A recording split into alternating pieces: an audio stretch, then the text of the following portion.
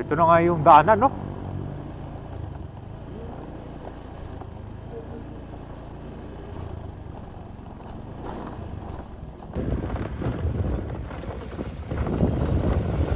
Grabe, oh. So kung dati sasakay ka pa ng bangka para makarating sa airport, ngayon meron ng kalsada. Ayan, malaki na pala, oh. Wow! Meron na ginagawang bagong daanan dito papunta sa New Manila International Airport.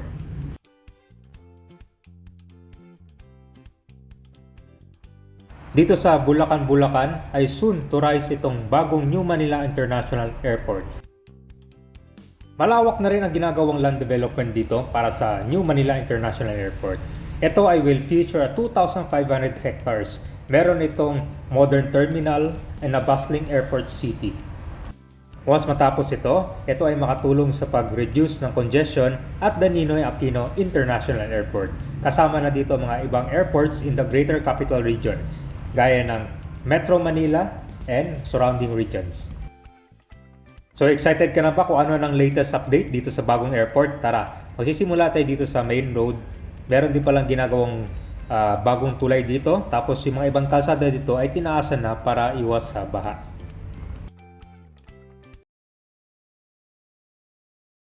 Magandang hapon. So muli tayo magbabalik dito sa Bulacan para mag-update tayo ng New Manila International Airport. So simula dito, papunta tayo ng Meycauayan tapos dun sa area ng Bulacan, Bulacan. Kung saan doon mismo ginagawa yung airport sa Barangay Taliptip. Yan, so ngayon kasi kabayan na meron na palang ginagawang kalsada doon na papunta siya sa airport. So yun yung progress na makikita natin ngayon. Okay. So magsisimula tayo dito sa Obando, Bulacan. Pagdating natin dun sa tulay, yan yung boundary ng Obando at saka itong Meycauayan. Malaki na rin yung pagbabago dito sa lugar kung saan ginagawa itong bagong airport. Actually dito kapag naglalakad ka lang, may kita mo na yung land development na sobrang lawak. Hindi mo na kailangan lumayo pa, lalo na pag nandiyan ka sa tulay. So dito malapit sa Obando, Meycauayan at saka itong Bulacan, Bulacan, itong gagawing airport. So itong ginagawa pa lang nila na land development kabayan ay part siya ng Envision na 12,000 hectare township na mag-feature dito ng mga residential zone, government center at iba pa. So malaki pa yung abangan na gagawin dito. Yung nakikita land development dyan, halos kapiranggot pa lang yan sa gagawin nila. Itong kaliwa pala, ito na yung ginagawang bagong daanan. Ngayon, punta muna tayo doon malapit sa Perez para may pakita ko sa inyo yung lawak na ginawa nila ng land development. Alright, so dito yung malapit kabayan, meron din sila ginagawang bagong building. So bago ito magtulay, so pupunta muna natin itong Marcos Bridge dahil may ginagawa silang replacement bridge yan kung saan ito ay mas mataas na. So ito po yung ginagawa nilang replacement ng Marcos Bridge. Yan, so phase 3, Meycauayan, Bulacan. Alam ka ba nito siya, ilang buwan din natainga to, no? Walang galaw. Pero ngayong December, malaki na yung progress at meron na siyang mga columns. So itong tulay na to, ayon sa mga natanong ko, kapag tumaas na to siya, mas marami na mga bangka ang makakadaan dito sa ilalim. Kasi parang mababa yung elevation.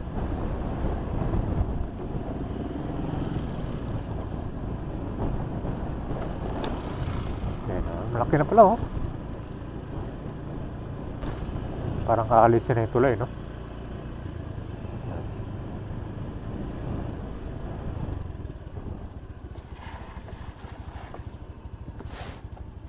So ayos kabel, maganda siya, at least tinaasan na yung tulay dito. Ang problema na lang, pagkababa mo doon, inaabutan ng tubig minsan. So tingnan mo dito, tanaw mo na yung ano. Yan yung ginagawang land development. Kahit nandito ka lang sa kalsada, tanaw na tanaw mo na siya.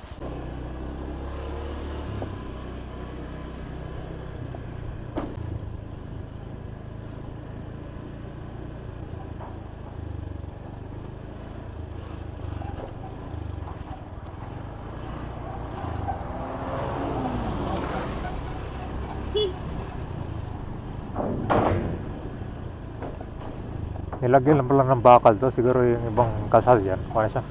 Butas-butas. O sira-sira na. So dito tuwing weekends, maraming mga may mingwit ng isda.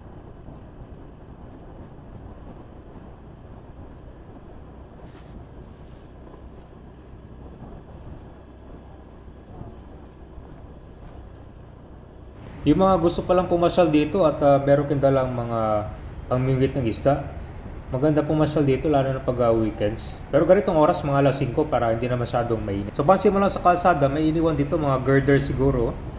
Siguro ito yung gagamitin din nila sa gagawin. Malaki pa yung abangan nyo dito ha. Yung land development niyan, mahigit 1,700 hectares pa lang yan para sa new airport. Ito, nakikita nyo ba yung sa kanan? Diyan yung sakayan ng mga bangka. Ubihan ang tawag nila eh. Ngayon dito sa lugar na to, meron namang way na papunta sa mga kabayan nila. Pero yung iba, para mas mabilis, sumasakay sila ng bangka. So ito na po yung Bulacan. So itong daanan na to, ito yung tinaasan na kalsada. Kasi kung naalala nyo yung after ng malakas na bagyo, napuntahan natin tong lugar na to, grabe, sobrang taas talaga ng level ng tubig. Halos di mo makikita yung kalsada, nalubog siya na sa tubig talaga.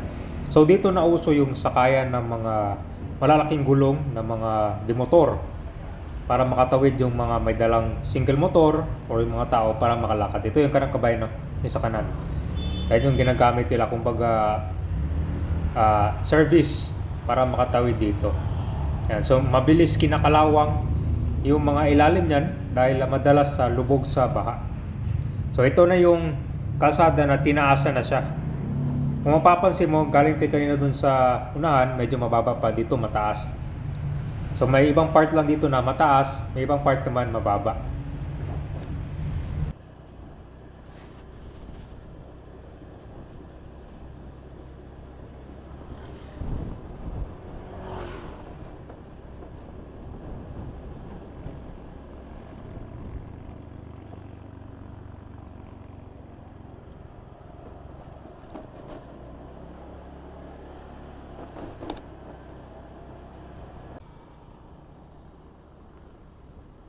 Hindi ko lang sure kung dito sa lugar na to binabaha pa rin, pero alam, kita mo yung sa kaliwa na yun, naglagay sila ng barrier para hindi pasukin ng tubig ito.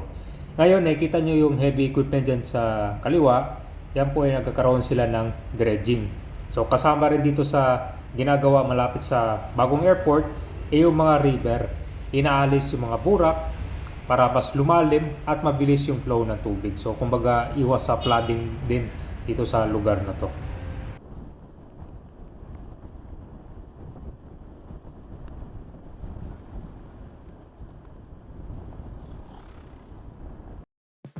Ito yung ginagawa ngayon sa New Manila International Airport. Malapit ito sa Bulacan. So mapapansin mo yung ibang part dito, halos pa yung mga katubigan. Yan puro siguro ang nangyayari kapag nagkaroon ng ulan dito or malakas yung halo ng tubig. So di mo akalain na yung nakikita nyo ngayon na dating tubigan, meron na siyang land ngayon. Sobrang lawak na ng mga land development dito. Actually meron na mga truck or mga sasakyan na dumadaan dyan para makatawid. Ngayon, kung dati yung mga pupunta dyan ay sumasakay ng bangka, ngayon makakapunta na sila dyan gamit itong bagong kalsada. Kita mo ba yung mga high-rise building? Tanaw na tanaw mo dito yung Metro Manila. So hindi mo isipin, no? Siguro mga 20 to 30 years from now, ano kaya magiging itsura. Pero at least ngayon na nagsisimula yung construction, meron tayong footage.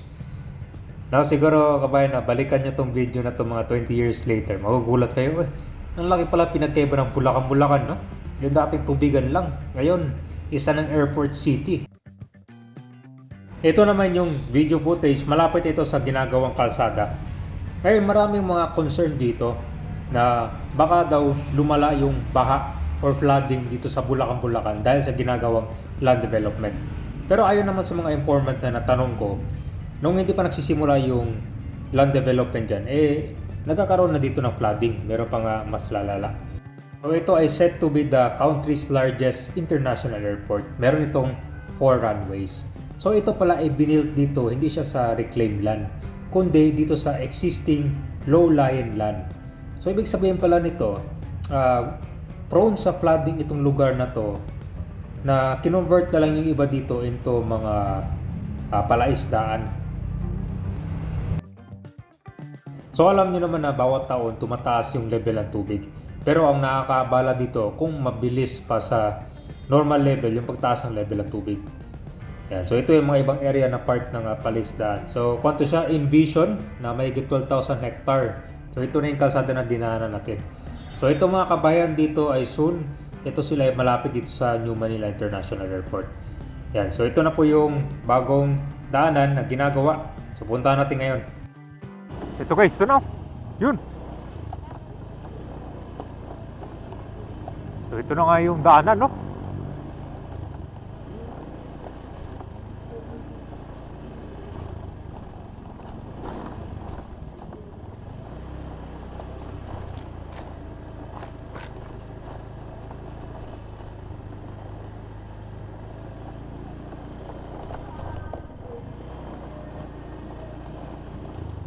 Ayun na pala siya. Dito matatanong mo na yung mas malapitan yung airport. Ayun, no? So tinangan natin dito ng malapitan yung airport. Grabe, oh. So kung dati sasakay ka pa ng bangka para makarating sa airport, ngayon meron ng kalsada.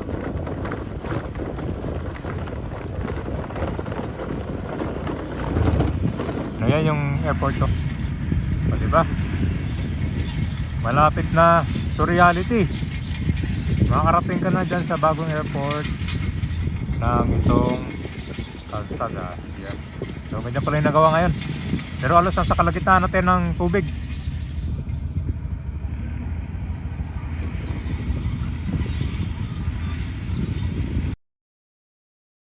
Siguro mga ilang linggo lang pagbalik natin dito, sementado na. Yan, malawak na pala, kaya pala dati nakabakod lang to.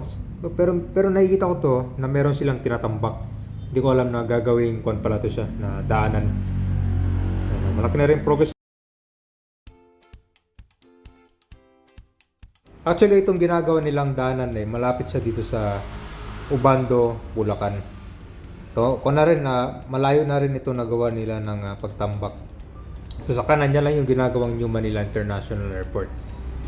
Yan, so siguro after ilang weeks baka magdurugtong na yan siya. Yan, yung mga iba pala dito, yung meron silang dalang mga gamit o yung mga empleyado, so masakay pa yan sila ng bangka para makarating dyan.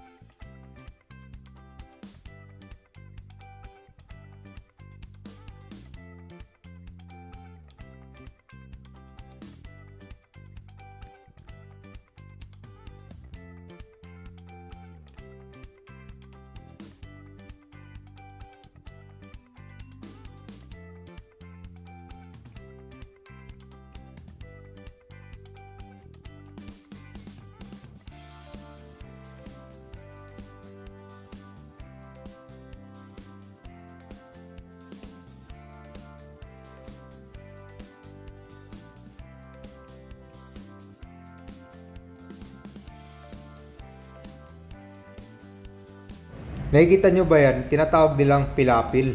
Yan yung mga daanan ng mga tao para makatawid sila. So may mga ibang part dito na fish pond, pero halos karamihan dyan nabili na. Yan. So ito na yung abangan natin, no? Kaka-exciting to kapag nagdugtong na. Pero meron doon nagsabi na ito siya, magkoconnect doon sa mga ibang part dito, tulad ng malapit sa Nabotas, sa Malabon. Pero siguro mahaba talaga ito gagawing kalsada nila, no? Malapit na rin, no? Mga ilang metro kilometers magkoconnect siya dyan. Malaking tulong din.